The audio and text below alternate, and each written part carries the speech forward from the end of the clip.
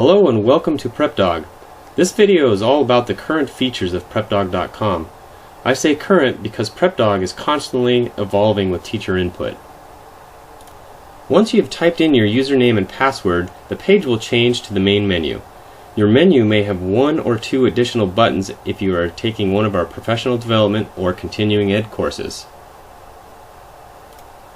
The first feature to explore is the gradebook. From here you can assign grades, you can access grades, you can manage students, and you can send messages to students. Let's take a look at manage students. If you look at manage students, we have a couple choices here. We can add a student, we can import multiple, we can create your first class, and we can create your first group. Now, the import multiple, this is kind of an advanced feature, and I suggest that you read the instructions. This is for probably more likely the secondary folks that have 150, 180 students, something like that.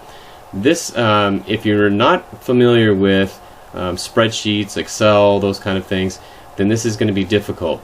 If you do go this route and import your students, what you want to do is you want to import using this file. So you're going to download this file, use that as a template, and follow these instructions exactly. Make sure that you get rid of all the symbols and everything else, and you make sure that your students' names are just right, and then you can upload those students and import them. For today though, we're just going to look at add students. So if we're going to go in and add a student, we want to give them a first name, obviously. I'm going to have a real original name here. Student ID.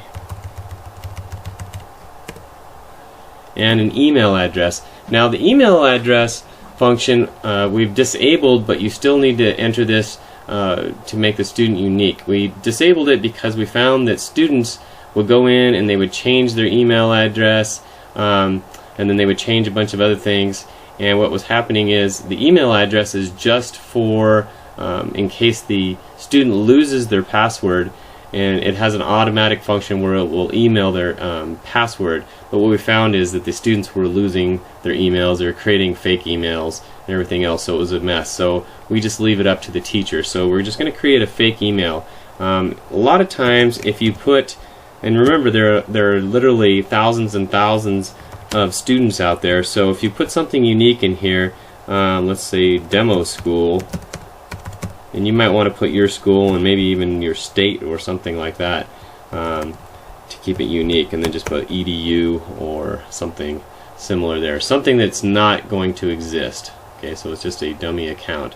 Then you're going to give them their password, and it's up to you. I've heard kindergarten teachers giving his passwords very weak as just initials or things like that, and then the older groups will give their student IDs.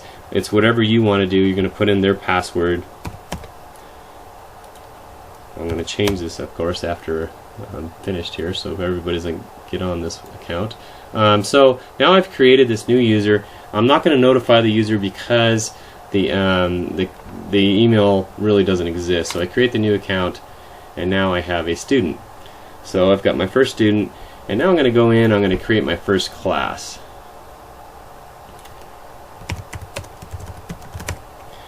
Mr. Teacher.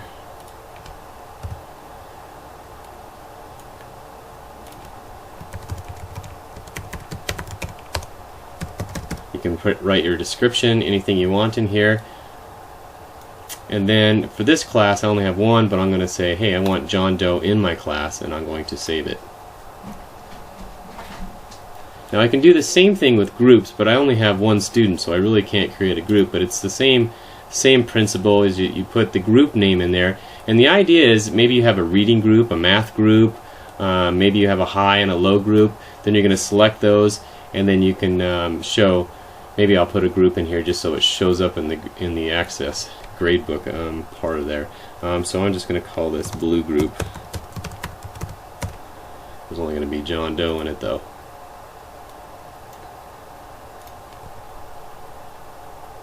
Okay, so there's my student, and there's my class, there's my manage groups. Okay. So So if I go back to the menu,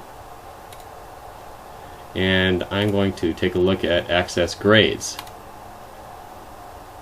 If I go into Access Grades, I don't have any assignments yet, but I can see that John Doe is there now. Okay, and I have one class. I could have as many classes as I want. I've got one group.